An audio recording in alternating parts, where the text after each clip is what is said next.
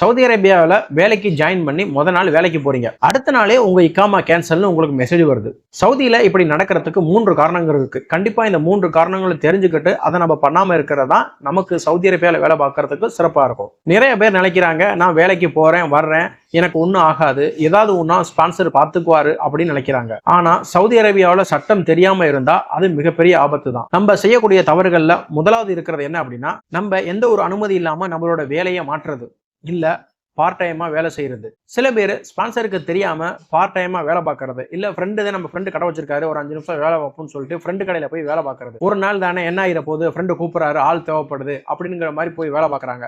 அந்த சமயங்கள்ல நமக்கு ஒரு செக்கிங் வருது, ஒரு போலீஸ் செக் பண்றாங்க, நம்ம அந்த சமயத்துல மாற்றோம் அப்படிங்கிற பட்சத்துல நமக்கு ஃபைன் போடப்படலாம், நம்மள நாடு கடத்தப்படலாம், இல்ல நம்மளோட இக்காமா கேன்சல் பண்ணலாம்.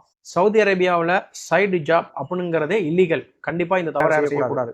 அடுத்து ரெண்டாவது தவறு என்ன அப்படின்னா, இக்காமா மற்றும் அப்சர் ஐடியில நம்மளோட ஸ்டேட்டஸ் செக் பண்ணாம இருக்கிறது. நிறைய மக்கள் நம்மள்ட்ட இக்காமா கார்டு இருக்கு அப்படிங்கிறத நம்ம கார்டை கையில பார்க்கறதோட நிறுத்திக்கிறாங்க. நம்ம அப்சர் ஐடியில போய் நம்மளோட ஸ்டேட்டஸ் எப்படி இருக்கு அப்படின்னு செக் பண்றது இல்ல.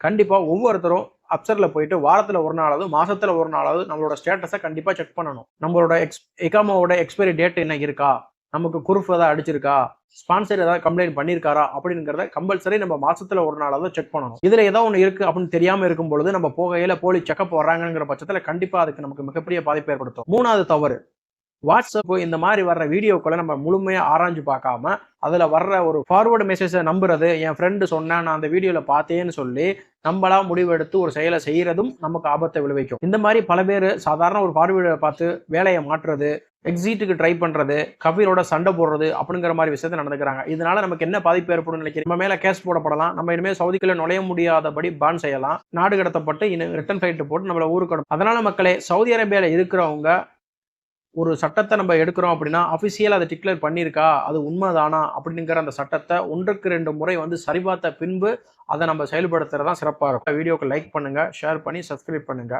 அடுத்த வீடியோ சவுதி அரேபியா பற்றி எதை தெரிஞ்சுக்க விரும்புறீங்க அப்படின்னு மறந்துடாம கமெண்ட் பண்ணுங்க.